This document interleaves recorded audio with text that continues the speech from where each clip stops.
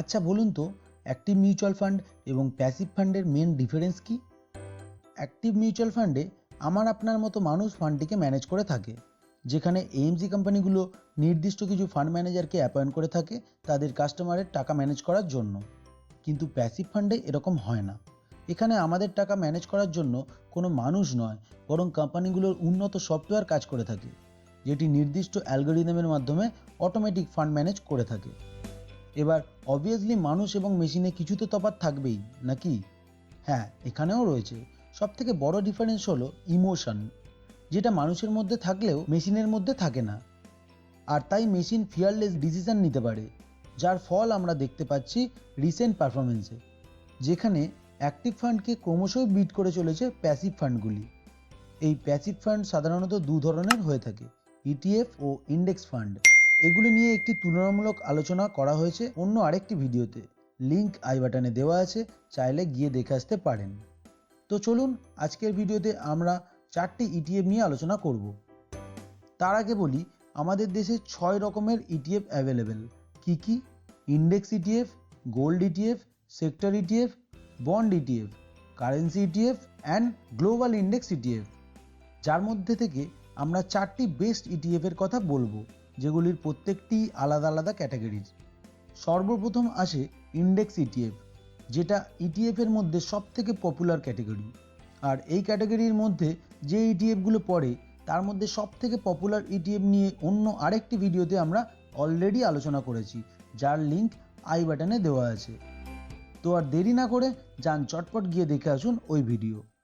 আজকে যে index ETF এর কথা বলবো সেটি হলো UTI S&P BSE Sensex ETF, যার AUM 31,838 কোটি। এটির ফান্ড হাউস হলো UTI mutual fund. Capital wise এটি একটি লার্জ ক্যাপ ইটিএফ। বেঞ্চমার্ক হলো S&P BSE Sensex total return index. Sector অ্যালোকেশনের কথা যদি বলি, ফিনান্সিয়াল সেক্টরে 39.53%, টেক সেক্টরে 15.02%, এনার্জি সেক্টরে 13.64% এবং কনজিউমার স্টেপলসে 9.45% ও অটোমোবাইলে 5.37% ইনভেস্টেড রয়েছে। এখনের জন্য এটিতে নিবেশের ভালো অপরচুনিটি রয়েছে, চাইলে এটিতে ইনভেস্ট স্টার্ট করতে পারেন। আর হ্যাঁ, লাস্ট 5 বছরে এটি রিটার্ন এনে দিয়েছে 92.27%-এর মতো। এর পরের ক্যাটাগরি হলো গোল্ড ইটিএফ। এই ক্যাটাগরিতে অনেক ফান্ড হাউসই আছে, কিন্তু যেটা আমার পছন্দের সেটা হলো SBI গোল্ড ইটিএফ, যার AUM 3,422 কোটি। এটির ফান্ড হাউস হলো SBI মিউচুয়াল ফান্ড। বেঞ্চমার্ক হলো ডোমেস্টিক প্রাইস অফ গোল্ড। এটি কমোডিটি ক্যাটাগরিতে পড়ে।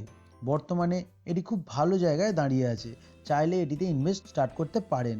আর হ্যাঁ, লাস্ট 5 বছরে এটি রিটার্ন এনে দিয়েছে 91.63%। এবারের ক্যাটাগরি হলো বন্ড ইটিএফ।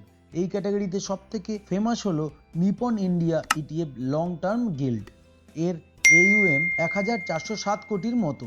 এর ফান্ড হাউস হলো নিপন ইন্ডিয়া মিউচুয়াল ফান্ডস। এটির ক্যাটাগরি হলো ডেট, মানে বুঝতেই পারছেন লো রিস্ক ক্যাটাগরি, তাই এর রিটার্নও অনেকটাই কম। লাস্ট 5 বছরে মাত্র 32.43% রিটার্ন জেনারেট করতে পেরেছে এই ফান্ড। কিন্তু হ্যাঁ, এর লিকুইডিটি খুব হাই, মানে সেলিংয়ের সময় কোনো সমস্যা হবে না। যারা সেফলি টাকা ইনভেস্ট করতে চান তাদের জন্য এটি একটি গুড চয়েস হতে পারে। এখন যে জায়গায় দাঁড়িয়ে আছে তাতে ইনভেস্টমেন্টের ভালো সুযোগ রয়েছে। এর পরের ক্যাটাগরি হলো গ্লোবাল ইন্ডেক্স ইটিএফ। এই ইটিএফটি US এর ন্যাসড্যাক ইন্ডেক্সের টপ 100 স্টকসকে ফলো করে থাকে। এটি মূলত লার্জ ক্যাপ ক্যাটাগরিতে পড়ে। এই ফান্ডটির AUM 6,195 কোটি। লাস্ট 5 বছরের রিটার্নের কথা যদি বলি, আনবিলিভেবল রিটার্ন জেনারেট করেছে এই ফান্ড, যেটা 175%-এর মতো। তাহলে বুঝতেই পারছেন এটির গ্রোথ। তো যাই হোক, এটি এখন রাইট ভ্যালুয়েশনে দাঁড়িয়ে আছে, যদি চান এখনই এটা ইনভেস্ট করতে পারেন। তো এই ছিল আজকে আমাদের তৈরি করা আপনাদের জন্য 4টি ইটিএফ, যেগুলির প্রত্যেকটি আলাদা আলাদা ক্যাটাগরিতে পড়ে। প্রত্যেকটি ফান্ড আমরা সিলেক্ট করেছি কিছু রিস্ক প্রোফাইলকে ফলো করে, যেখানে আমরা প্রথমেই রেখেছি লিকুইডিটিকে, মানে লিকুইডিটি হাই থাকলে বাইং অ্যান্ড সেলিং স্মুথ হবে, আর যে ফান্ডের AUM কম হবে তার লিকুইডিটিও কম হতে পারে। তাই AUM হাই রেখে আমরা ETF চুজ করেছি। এরপরে যেটা দেখেছি সেটা হলো কস্ট অ্যান্ড এক্সপেন্স রেশিও, মানে রিটার্ন যাই হোক না কেন যদি এক্সপেন্স বেশি হয় তাহলে আমাদের ফাইনাল রিটার্ন আলটিমেট কমেই যায়। তাই প্রত্যেকটি ইটিএফকেই কম এক্সপেন্স ও কম এক্সিট লোডের কথা মাথায় রেখেই বাছা হয়েছে। এরপর last one is tracking error, অর্থাৎ প্রত্যেকটি ইটিএফই কোনো না কোনো ইন্ডেক্সকে ট্র্যাক করে, তাই তার ট্র্যাকিং যত অ্যাকিউরেট হবে রিটার্নও তত ভালো হবে। অর্থাৎ লো ট্র্যাকিং এরারের কথা মাথায় রেখেই প্রত্যেকটি ইটিএফ সিলেক্ট করা হয়েছে। আশা করি আজকের এই ভিডিও আপনাদেরকে হেল্প করবে। ভবিষ্যতে আপনি কোন ইটিএফে ইনভেস্ট করতে চান সেটা ডিপেন্ড করবে আপনার নিজস্ব চাহিদা ও রিস্ক ক্যাপাসিটির উপর। তাই নিজে রিসার্চ করে তবেই সিলেক্ট করুন আপনার নিজের জন্য বেস্ট ইটিএফ। আর অবশ্যই কমেন্টে জানান আপনার জন্য কোন ইটিএফ বেস্ট হবে। তো আজকের জন্য এটুকুই, এরপর দেখা হচ্ছে নেক্সট ভিডিওতে। Till then stay tuned and stay wealthy.